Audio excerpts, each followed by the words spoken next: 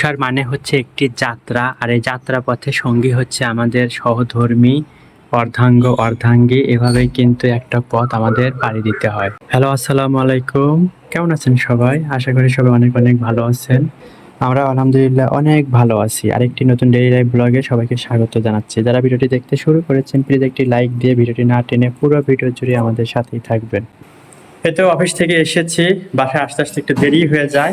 গত দুইটা ভিডিও আসলে সিকোয়েন্সালি আপনাদের সাথে কিন্তু শেয়ার করেছি। একটা হচ্ছে রাতে কি করেছি, আর একটা হচ্ছে সেহরিতে কি করেছি। আর আজকের ভিডিওতে শেয়ার করব ইফতারের আগে আমরা কি করেছি, মানে রাত, সেহরি এবং ইফতার 3 দিনের 3টা অংশ নিয়ে আজকে চলে এসেছি আপনাদের মাঝে। তো অফিস থেকে এসেই এই তো চলে আসলাম তানুর কাছে। তানুর একটু শরীরটা খারাপ, ওর প্রচন্ড মাথা ব্যথা করতেছে, আর মানে ওর একদমই ভালো লাগতেছে না। তো একটু ওকে হেল্প করব, আর ইফতারির জন্য ছোটখাটো টুকিটাকি যদি ওকে হেল্প করা যায় সেটা একটু করব। ওর মাথায় ওড়না পেঁচিয়ে রাখছে, মানে এতটা মাথা ব্যথা করতেছে। সবাই প্লিজ তানের জন্য একটু দোয়া করবেন। অফিস থেকে আসার সময় তো কলা নিয়ে এসেছি। বাবারে বাবা, কলার বাজারে তো আগুন, এত দামি এখন কলা। আপনাদের ওদিকে কেমন সেটা একটু বলবেন। আমাদের এদিকে 40-50 টাকা হালি পর্যন্ত কলা, একটু বড় সাইজ হলে তো কথাই নাই। তো কলা আছে, এটা খাবো, সমস্যা নাই। আর এখানে আপেল আছে, আজকে বড়ইও নিয়ে এসেছি, বড়ই আছে, আঙুর আছে। তো এগুলো আমি একটু ভিজিয়ে নেব, আসলে এগুলো একটু ভিজিয়ে রাখলে কিন্তু ভালো হয়। পেয়ারা আছে। তো টুকিটাকি একটু ফল আর কি আমি একটু বেশি খাই। ইফতারিতে আমরা একদম ভাজা পোড়া খাই না। আসলে রোজা হচ্ছে সংযমের মাস, এখানে আসলে অনেক বেশি লোভনীয় খাবার না খাওয়াটাই ভালো, আর পুষ্টিকর খাবার এবং পরিমিত খাবার খাওয়াটাই কিন্তু উচিত। তো এখন আমি ফলগুলো একটু ভিজিয়ে নিচ্ছি। তো এখানে কিছু বড়ই নিয়েছি, কয়েকটা খেজুর নিয়েছি, আর হচ্ছে আঙ্গুর নিয়েছি। এগুলো একটু কিছু সময় ভিজিয়ে রাখবো, তারপরে তুলে নেব। আসলে ফল একটু ভিজিয়ে রাখলে ভালো হয়, ময়লা জীবাণু থাকলে সেগুলো কিন্তু দূর হয়, আর ফলগুলো তরতাজা হয়। তো এগুলো কিছু সময় একটু রেখে দিচ্ছি। আর এদিকে কিন্তু তানুর অলমোস্ট সব রান্না হয়ে গেছে। শরীর খারাপ নিয়েও কিন্তু সে সবকিছু রান্না করেছে। এখানে যে মাছের ঝোল রান্না করেছে, ভাত রান্না করেছে। আর আমরা ইফতারিতে দুইজনই ডিম খাই রেগুলার, প্রতিদিন আমরা হচ্ছে ইফতারিতে ডিম খাই। পুষ্টিকর খাবার খাওয়াটা বেশি জরুরি। আরো অন্যান্য কিছু খাবার আছে। আর যেখানে সিম ভাজি আছে, সে অলরেডি এগুলো সব সার্ভ করে নিয়েছে। আমি আসলে কিচেনে একটু শেয়ার করছি। আর আসলে ও অনেক বেশি অসুস্থ, আমি আর কি চেষ্টা করছি একটু ওকে সাপোর্ট দেওয়ার। আসলে হাজবেন্ডরা যদি ওয়াইফদের সাপোর্ট না দেয় তাহলে তো সংসার চালানো সম্ভব না। এই তো ঝটপট দুজন মিলেই কিন্তু আমরা ইফতারি রেডি করে ফেললাম। আপেল আছে, বড়ই আছে, খেজুর আছে, দুইজনের জন্য কয়েকটা আঙ্গুর আছে, আর কলা আছে। আর ফলের মধ্যে আছে একটু তরমুজ, যদিও তরমুজের কালারটা ভালো নয়, বেশি লাল না, তবে একটু মিষ্টি আছে, স্বাদ আছে। আর সেই সাথে আমরা কিন্তু ভাত খাই ইফতারিতে। এখানে আসলে বাবা ধর্মের কিছুই নাই। আর মানে ভাজি পোড়া খেলে তো শরীর খারাপ হয়, আর ভাত খেলে তো শরীর সরাসরি গ্রহণ করে, সেই সাথে ফল খায়। আর এই যে ভাতও কিন্তু তানু সার্ভ করে দিয়েছে, আর ডিম সিদ্ধ তো হয়ে গেছে, দেখাচ্ছিলাম তখন ডিম সিদ্ধ দিচ্ছে। তো এই যে ডিম, তারপরে তরকারি, আরো অন্য সবজি আছে। আর এটার সাথে আমাদের একদম চলন বিলের টাটকা পুঁটি মাছ ভাজি। এটা কিন্তু অনেক বেশি ইয়াম্মি এবং খুব বেশি মানে টেস্টি, অনেক বেশি ভালো লাগে। এই যে তাপসির বাবাও কিন্তু এটা খাচ্ছে, আমরা সবাই এটা পছন্দ করি। তো এভাবেই কিন্তু আমরা আমাদের একদম সিম্পল ইফতারি আয়োজনটা সেরে নেই। আর যাই হোক, এখন ইফতারিতে বসে যাব। আর আল্লাহ তালার কাছে অনেক অনেক দোয়া প্রার্থনা করে আল্লাহ তালা সবাইকে সুস্থ রাখুক। এই ইফতারির সময়ে দোয়া আল্লাহ তালা কবুল করে। ইফতারি শুরুর আগে নিয়মিত আমরা সবাই দোয়া করবো, ইনশাআল্লাহ সবাই সবার জন্য দোয়া করব। তো আপাতত ইফতারির পরে আবার দেখা হচ্ছে। এখন এখান থেকেই বিদায় নিচ্ছি। চাখর মানুষদের যত গরমই হোক, যত শীতই হোক, যত রোজাই থাকুক বা যাই থাকুক, চা খেতেই হবে। আর এই যে আমরা কিন্তু একটু রেস্ট করে এই যে চা খাওয়ার জন্য চা বানাচ্ছি। আসলে একটু চা খেলে কিন্তু অনেক বেশি ভালো লাগে। তো চুলাটা একটু জ্বালিয়ে দিলাম, একটু চার পানি উঠিয়ে দিলাম। যদিও তানু দুধ চা পছন্দ করে, আমি লাল চা বানাবো। আসলে তানুর একটু শরীরটা খারাপ, ওর একটু ঠান্ডার সমস্যা হয়েছে, মাথা ব্যথা করছে, এই কারণে আমি একটু লাল চা বানাবো বেশি করে মশলা দিয়ে। এটা একটু তেজপাতা দিলাম, দারুচিনি, তারপরে লবঙ্গ, এলাচ, এগুলো দিয়ে একটু পানি ফুটাতে দিচ্ছি। একটু আদা দিয়ে দিলাম। আর এই যে ইন্ডাকশন চুলাতে দিতে দিতেই গরম হওয়া শুরু করে দিয়েছে, তাড়াতাড়ি হয়ে যাচ্ছে। আদাটা কিন্তু তানুই দিল। আসলে সবাই আবার ভাববে যে সবকিছু আমিই করছি, তানু কিছু করছে না। অসুস্থ থাকলেও কিন্তু সে মোটামুটি তাও সবকিছু করছে, রান্নাবাড়ি করেছে। তো আসলে এই লাল চাটা আমি অনেক সুন্দর বানাতে পারি, আমার অনেক বানাতে ভালো লাগে। দুধ চা হলে তো তানু আমার হাতে দুধ চা খেত না। তো লাল চাটাই খায়। আর এই যে কাপটাও কিন্তু রেডি উইথ এক টুকরা লেবু। এই তো চা কিন্তু হয়ে গেছে। আমি এখন এটা সেকে নেব, এক হাতে মোবাইল এক হাতে ছাকবো। এই তো হাতে তাপ লাগছে। এই তো হয়ে গেল আমার চা ছাকা। এখন আমি লেবু দিয়ে নিচ্ছি, সুন্দর করে লেবু দিয়ে নিচ্ছি।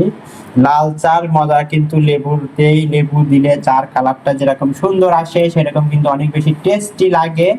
আর এই যে কি একটা স্মেলও পাচ্ছি, মাশাআল্লাহ অনেক বেশি সুন্দর একটা স্মেল। এভাবেই কিন্তু আমার চা রেডি হয়ে গেছে। এখন আমরা গরমা গরম খাবো। আর আমি এখানে কয়েকটা আদার টুকরাও এখন দিয়ে নেব।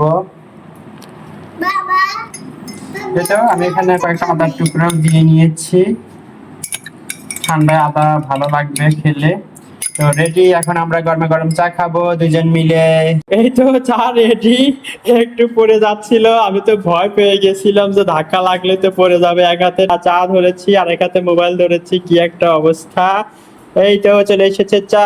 চা খেয়ে আমরা একটু রেস্ট করেছি, তারপরে এই তো তারাবি নামাজ পড়ে তারপরে ধীরে সুস্থে আবার রাতের খাওয়া দাওয়া আমরা শেষ করে ফেলেছি। এখন এগুলো একটু আমি ক্লিন করে নেব। আজকে মোটামুটি সবগুলো কাজে আমি করছি, তানুকে কোনো হাত লাগাতে দিচ্ছি না। ও আমি দুজন মিলে বিষয় করি, কে কখন করি এটার কোনো রুটিন নাই। যার যখন মন চায় তখনই আমরা নিজেরা এইভাবে করি। আর আমরা কখনোই কোনো কাজ কারোর জন্য ফেলে রাখি না। যেহেতু ও একটু অসুস্থ, আমি করছি, আবার দেখা যাবে যে ও করে ফেলছে, কখন কে করি ঠিক ঠিকানা থাকে না। আর এই যে ধীরে ধীরে কিন্তু অনেক কিছু জমে গেছে, আমরা কিন্তু একটা দুইটা করে হলেই আমরা ধুয়ে ফেলি, কিন্তু আজকে আর ধোয়া হয়নি যেহেতু তানুর শরীর খারাপ। আর আমিও ওভাবে আর ধুইনি, অন্যদিন কিন্তু সাথে সাথে প্লেটটা ধুয়ে রাখি বা চা খেয়ে কাপটা ধুয়ে রাখি, আজকে আর ধুয়ে রাখা হয়নি। ওই যে কোনো একটা কাজ সাথে সাথে করলে কিন্তু গোছানো হয়। এখন দেখেন কতগুলো বাসন কুসন জমে গেছে, তো ঝটপট আমি এগুলো সব এখন ক্লিন করে নিচ্ছি। যে কোনো কাজই কিন্তু অনেক টেকনিক খাটিয়ে করলে সহজ হয়ে যায়। আর আমরা কিন্তু রমজান মাসে আরো ভালো করে টেকনিক খাটাই। যে তানু এই পাশে কিন্তু তরকারি গরম করতে দিয়েছে, এটা হয়ে যাবে, হতে হতে আমি কিন্তু এই পাশে কাজগুলো গুছিয়ে নিতে পারবো। আর কাজগুলো গুছিয়ে নেওয়ার পরে আবার আমরা চাল ধুয়ে রেডি করে রাখবো। আর 11টার দিকে আমরা ভাতের সুইচটা অন করে দেব, তখন ভাতও হয়ে যাবে, এর মধ্যে আমরা তার মধ্যে ঘুমিয়ে যাব। তো এভাবে কিন্তু একটু গুছিয়ে কাজ করব। তো এক হাতে ক্যামেরা নিয়ে কিন্তু কাজ করা যায় না, তো আমি অফ ক্যামেরায় সবগুলো সুন্দর করে আমি পরিষ্কার করে নেব। হয়তো অনেকে দেখায় দেখায় কাজ করে, সেটা আসলে করতে গেলে অনেক বেশি টাইম লাগবে। তো আমি আপাতত নিজের মতো করে একটু পরিষ্কার করে নিচ্ছি এখন। থালা বাসন আসলে অনেকে তো অনেক টেকনিকে পরিষ্কার করে, তবে আমি আর কি ছেলে মানুষ হিসেবে এত কিছু তো আমার জানা নাই। তারপরেও আমি কিছু সিম্পল টেকনিক আমি ফলো করি। আমি দেখেছি হাঁড়ি পাতিল যতই হোক ঝটপট আগে এগুলো সুন্দর করে সাবান মাখিয়ে সুন্দর করে ঘষে ঘষে রেখে দেব, তারপরে একবারে সবগুলো ধুয়ে ফেলবো। এতে কিন্তু খুব তাড়াতাড়ি হয়। আমি একদম তেলেসমাতে যদি দেখাতে পারতাম তাহলে হয়তো ভালো হইতো। তো যাই হোক, এক হাতে ক্যামেরা ধরে আর এক হাতে কাজ করতে চাচ্ছি না। আর আমি আগে ঝটপট এগুলো পরিষ্কার করে নিচ্ছি। তবে এইভাবে আমি কিন্তু খুব দ্রুত কাজ করি। আর নিজের অভিজ্ঞতা থেকে আমি এটা শেয়ার করলাম। কাজ করতে করতে মানুষের কিন্তু একটু বিশেষ কিছু টেকনিক তৈরি হয়ে যায়, তো সেভাবে আমি ফলো করি। আলহামদুলিল্লাহ, দেখতে দেখতে কিন্তু রমজান মাসের শেষের দিকে চলে আসলাম। আর একটা কথা শেয়ার করি, এই যতগুলো রোজা পুরো রোজা জুড়েই আমরা কিন্তু এমন একটা দিন নাই যে এরকম রাতের বেলা খাওয়া দাওয়া করে সবকিছু ক্লিন করে রান্নাঘর ক্লিন করে ঘুমাইনি। আমার কথা হচ্ছে, আমি পরিষ্কার পরিপাটি থাকতে পছন্দ করি। এতে খালা 10টা থাকলেও আমার কোনো আসে যায় না, আমি পরিষ্কার পরিপাটি থাকবো। খালা আসবে জন্যই যে আমি সারা দিনের সারা রাতের বাসন কোসন খালার জন্য রেডি করে রাখবো তা নয়। আমি সব সময় যেটা করি একদম নিজের মতো করে পরিষ্কার করি। আর আসলে মন থেকে যারা পরিষ্কার পরিপাটি তারা আসলে কারোর উপর ডিপেন্ড করে থাকতে পারে না, তারা কিন্তু নিজে থেকেই সবসময় পরিষ্কার করে। আসলে অনেকের ব্লগ দেখি, রেগুলার হয়তো দেখা হয় না, মাঝে মাঝে গ্যাপ হয়ে যায়, হয়তো প্লে দিয়ে রাখি, ওভাবে দেখে দেখে শুনে শুনে হয়তো দেখা হয় না। তো আসলে তাদের কাছে আন্তরিক দুঃখ প্রকাশ করে নিচ্ছি, তবে আমরা কিন্তু সাপোর্ট দিয়েই।